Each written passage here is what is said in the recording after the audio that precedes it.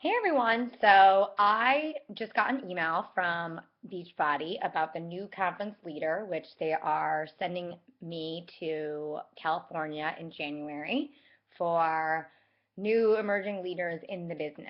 So these are coaches that are really helping other people succeed on their team. So they're seeing success and then they're also helping other people to see success too. So a lot of people ask me, you know, how did you become successful with coaching, and how did you create, such a solid foundation of customers and, coaches that are now on your team? So I want everyone to know that the only difference is that I've just been doing this a lot longer, and that's pretty much it. So many people will sign up and they will try it for a month or two, and they don't really have a solid reason why they're doing it, and so they sort of teeter off. And when you teeter off, so does your customers and your coaches. So basically saying, I need a break is putting a break on your business and telling your customers and coaches that I don't have time for you right now. Um, and let's face it, we all have different things going on in our lives. I'm a busy mom of two. My husband works full time. When I first started, I was working full time as well. I have a million excuses as to why I would just take a break. There's definitely times in your business where you're going to have obstacles or setbacks. And I think that's just like any other job that, or parenting, you just want to take a break. And in most cases, you really can't. But when you're running your own business and it's something that you have control over to determine, are you going to succeed or are you going to take a break because, you just have all the excuses in the world, or, your timing isn't right, or you aren't in the best shape, or whatever it is. um, it's really easy to say, I'm just going to take a break. And when you do that, so does all your customers and your coaches, because you're not being consistent with showing them that even if you have obstacles and struggles, you're not going to give up. And that's really what draws people to you, is your determination to keep going on the days when you really don't want to keep going. And that took me a long time to understand when I first started. And I definitely, in 2010, so going back 5 years ago, I've always had a passion for this, and I did it part time, but it was really easy for me to just put it on the back burner until I realized that consistency is really like the main thing that helps grow this business. So you can't really compare yourself to somebody that's been in this business for, 2 to 3 years. What you can compare yourself is to where you are right now and where you're going to go, and that you're just going to stay consistent with it, regardless if people tell you no. You have to understand that, one, it takes time and consistency, like I just mentioned. Number two, it's somebody else's journey and it's somebody else's decision if they want to join you in a challenge. You can't take it personally if somebody isn't ready to take their own health and fitness serious.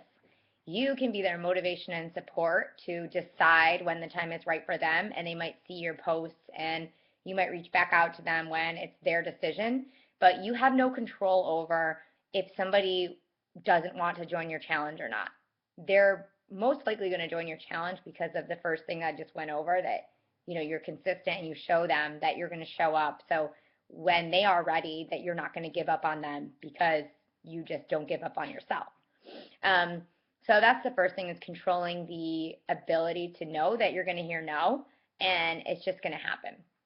So the third thing is income. There's so many people that will tell me, I want to leave my job, I want to pay off my student loans, I want to do X, Y, and Z, pay off my car payment, and that's great, and that's going to happen if you're here for the long term. Um, as your sponsor or your coach, some, like my coach, I always looked at them as, why aren't they helping me, or why aren't they making this happen for me? But really, it wasn't until I decided that I had to take control over my business, and it was me that had to wake up every morning and get my to-do list done and talk to my coaches and be the leader that they needed to see, that I realized that that's really where your income is going to come from. So the way that Beachbody sets up the compensation plan is they allow coaches to automatically get a 25% commission, which is great, and that's something that all coaches can start to receive. but that's really not going to make you leave your job, and that's not going to pay your mortgage and pay off your student loans. So where the residual income comes from is from you helping your team succeed.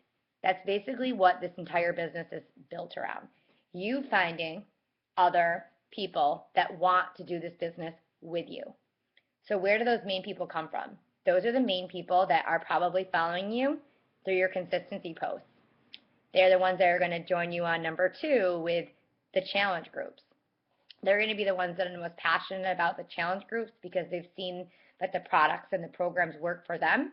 So when they decide to be a coach, which is number 3, they're going to know exactly what we do. They're going to be passionate about the programs and the products, and they're going to be able to share that onward. And so that's really where the ripple effect takes place. So time, consistency, showing your clients and your customers that you're not giving up and waiting for them to find that time for them, and then training your coaches to be successful. So it doesn't have to be somebody that you personally sponsor into the business that will help you grow your own business and your own residual income. You know, for example, I had somebody that joined my team. She was brought in by another coach, and the coach that sponsored her really wasn't into the business the way that she wanted to be. So I started to build a relationship with her, and she has gone on to be an elite coach and help other people within her own downline.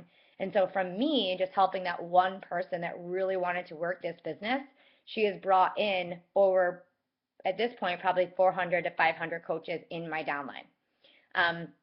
So that's really where you're going to start to see that residual income, is being a leader in the first things that I talked about, and then training and helping your coaches and your downline coaches succeed in this business as well.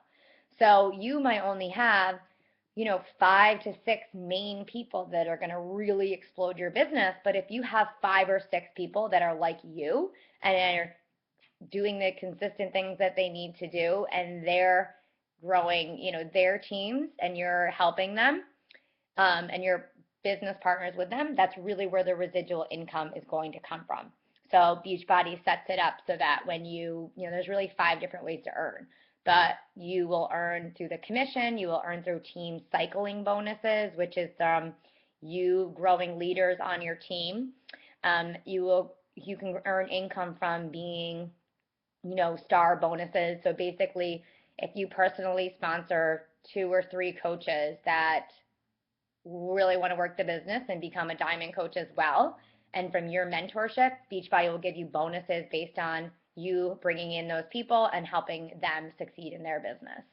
So this is really not like a one-person deal. Like, if you're not a team player and you're not somebody that's going to be a leader, then you're not going to grow the residual income that you need. So you have to give yourself time. You have to be consistent. You have to be real and honest with people. And when you bring in those people from being yourself, you're going to attract like-minded people like yourself. And that's really when you start to see that residual income come in. My first year, I probably made $3 an hour. I basically did this for free.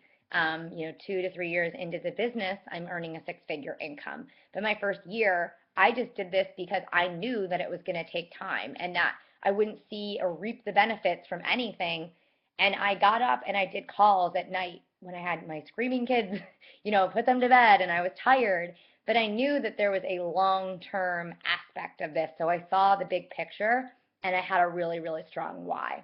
So I hope this gives you some insight into, what we do as coaches, how you can start to grow your team, what you need to do as a coach if you decide to be one to make this something that, for the long term.